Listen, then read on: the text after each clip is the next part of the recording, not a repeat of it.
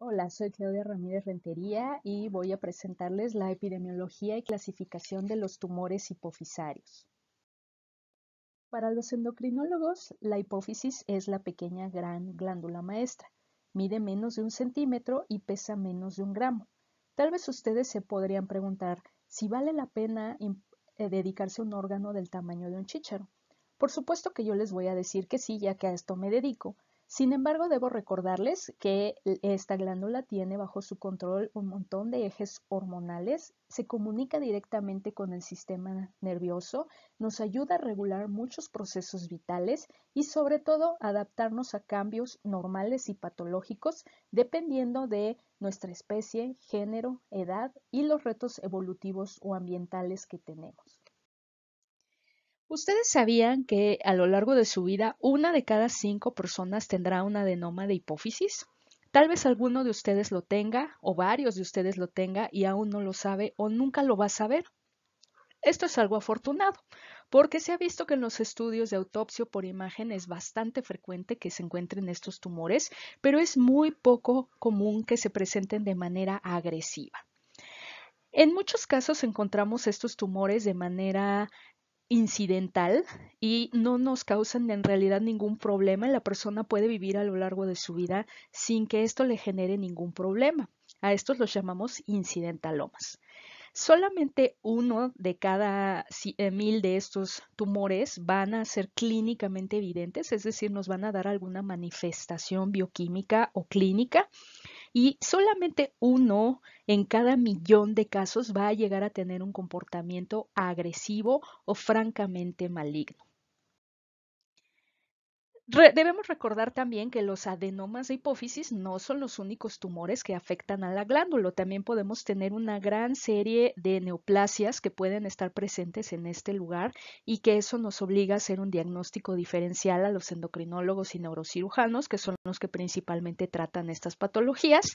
Pero es importante que sepan que un 10% de los tumores intracraneales en los humanos son adenomas hipofisarios, así es que en realidad son mucho más frecuentes y relevantes de lo que suponíamos todavía hace algunos años. El espectro de la enfermedad, como les comentaba, es bastante amplio.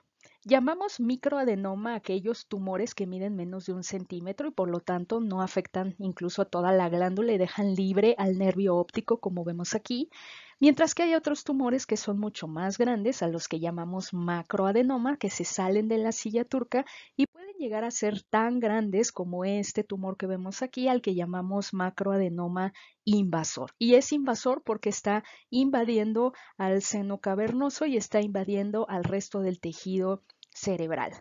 Sin embargo, el carcinoma les mencionaba que era muy raro y generalmente solo se puede diagnosticar cuando tenemos metástasis. Estas metástasis, la mayoría se presentan dentro del mismo sistema nervioso central.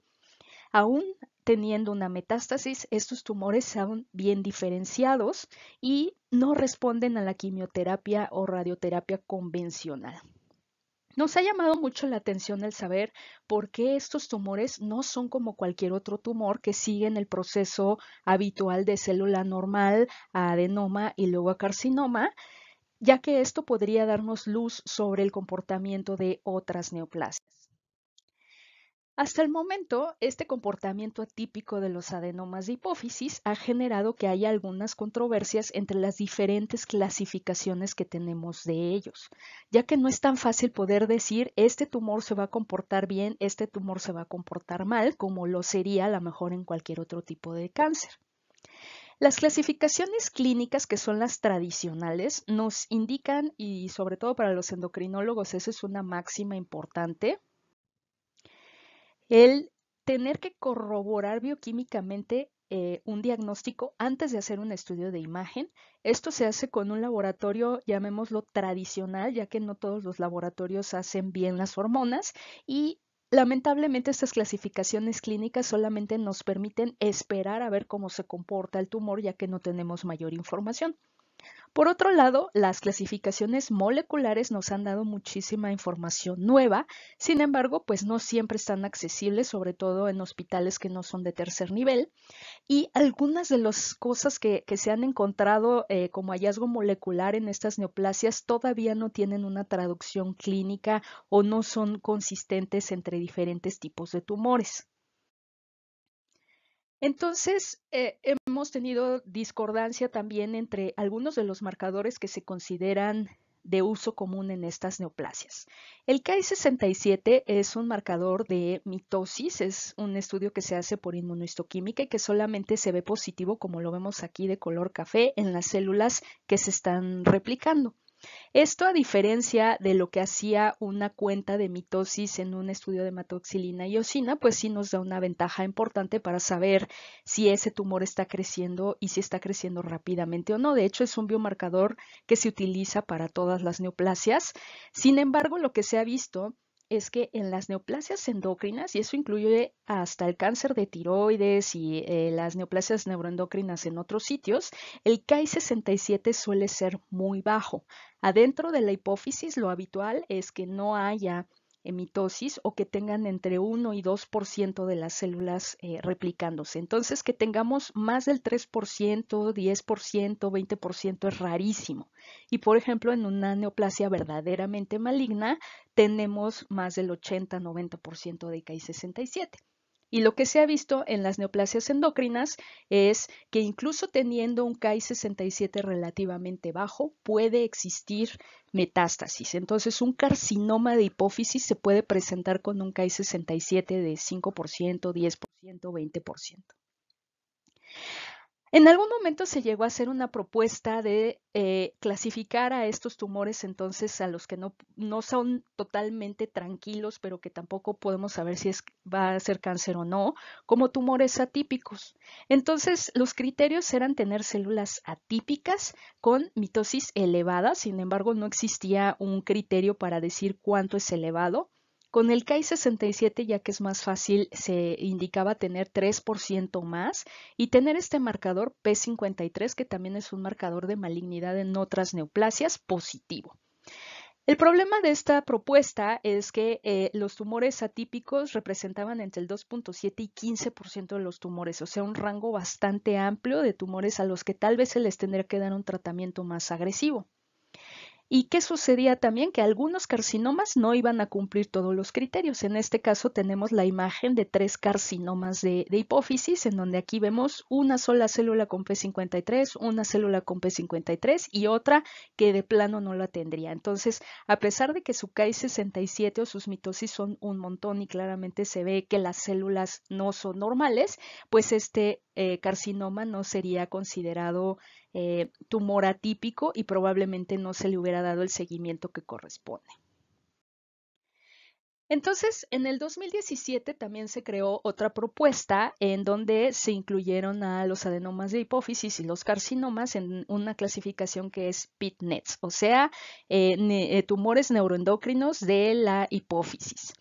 Esta propuesta viene de tratar de unificar con todos los criterios de la OMS y el CIE 11, que en teoría el CIE 11 va a entrar en vigor a partir de enero del 2022 y trata de que todos los tumores entren dentro de una sola clasificación. Evitar fallas en el registro, obtener recursos para investigación y acceso a tratamientos. Como les mencionaba, algunos de estos tumores pueden ser agresivos o invasores sin que necesariamente sean carcinomas y van a requerir quimioterapia o van a requerir radioterapia, pero no van a ser candidatos desde el punto de vista de los sistemas de salud porque no están clasificados como un cáncer. Entonces, el tener este grupo de neoplasias probablemente nos daría la oportunidad de acceder a esos recursos. Sin embargo, los mismos autores que están proponiendo esta clasificación indican que en este momento esta clasificación solamente es un cambio de nombre, pero que aún no tiene una repercusión en lo que vamos a hacer en la clínica. Y esto es algo importante porque ha habido mucho debate también con esta clasificación nueva.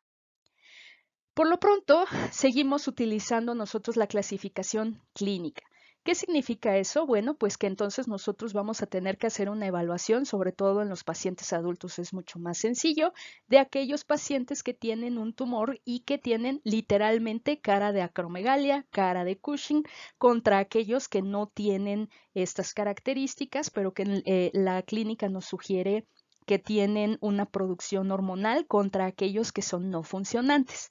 La limitación de estas clasificaciones es que igual los no funcionantes o clínicamente no funcionantes representan casi la mitad de los tumores. Entonces, si el tumor produce cortisol, ACTH o hormona de crecimiento o prolactina, va a recibir un tratamiento totalmente distinto que aquellos tumores que son clínicamente no funcionantes. Por eso es que el diagnóstico bioquímico es relevante. Entonces, es importante que nosotros tengamos la historia completa del tumor en cuanto a fue un hallazgo incidental o el paciente se presentó porque tiene síntomas hormonales o porque el tumor le está comprimiendo el nervio óptico, le está dando cefalea. Porque muy raramente vamos a encontrar un caso clásico de libro de acromegalia, un caso clásico de Cushing. La mayor parte de ellos pueden presentarse con datos incipientes y no siempre vamos a tener muy clara cuál es la situación. Entonces, el hecho de que nosotros clasifiquemos a un paciente por clínica nos va a dar una orientación al respecto de qué guías vamos a seguir para su clasificación y para su diagnóstico, ya que cada uno de estos síndromes va a tener un orden específico de estudios y de pruebas dinámicas que tenemos que aplicar, un estándar específico de laboratorio también que nos garantice el diagnóstico que le vamos a dar al paciente y por lo tanto un tratamiento perfectamente individualizado y con el mayor nivel de evidencia hasta el momento. Entonces, por eso es que nunca nos saltamos ese orden para hacer las cosas. Sin embargo, las clasificaciones actuales, a pesar de que siguen siendo clínicas y dependen mucho de la evaluación y de la experiencia del endocrinólogo, ya están integrando la información biológica o la información básica que se está generando muy rápidamente en esta área de la investigación. Esto nos ha dado información, por ejemplo, sobre que genes como este de la menina o del AIP en realidad no están alterados con tan poca frecuencia como suponíamos que lo estaban, ya que antes pensábamos que solamente los pacientes que tenían neoplasia endocrina múltiple tipo 1 iban a tener alteraciones en este gen, pero ahora sabemos que también se presenta muy frecuentemente en algunas otras neoplasias como en los prolactinomas, o este gen de AIP que también se relaciona a acromegalia familiar se puede presentar también en casos esporádicos. Entonces, hemos estado avanzando mucho en el conocimiento de cada una de estas células y si ven aquí, por ejemplo, nosotros teníamos como clínicamente no funcionantes casi al 50% de los pacientes. Sin embargo, la clasificación molecular ahora nos permite saber que la mayor parte de estos tumores van a ser gonadotropos silentes, o sea, van a producir LH y FSH, aunque a lo mejor no nos den un síndrome, pero también vamos a tener tumores que son corticotropos silentes, somatotropos silente, o sea, todavía no nos daban un cuadro clínico, pero nosotros podemos clasificarlos bioquímicamente de una manera mucho mejor que con la clínica. Este estudio que se hizo en nuestro servicio, entonces tomó algunos tumores de hipófisis funcionantes y no funcionantes y algunas hipófisis sanas. Y de manera interesante lo que vemos es que en realidad estos tumores se están agrupando principalmente en tres grupos.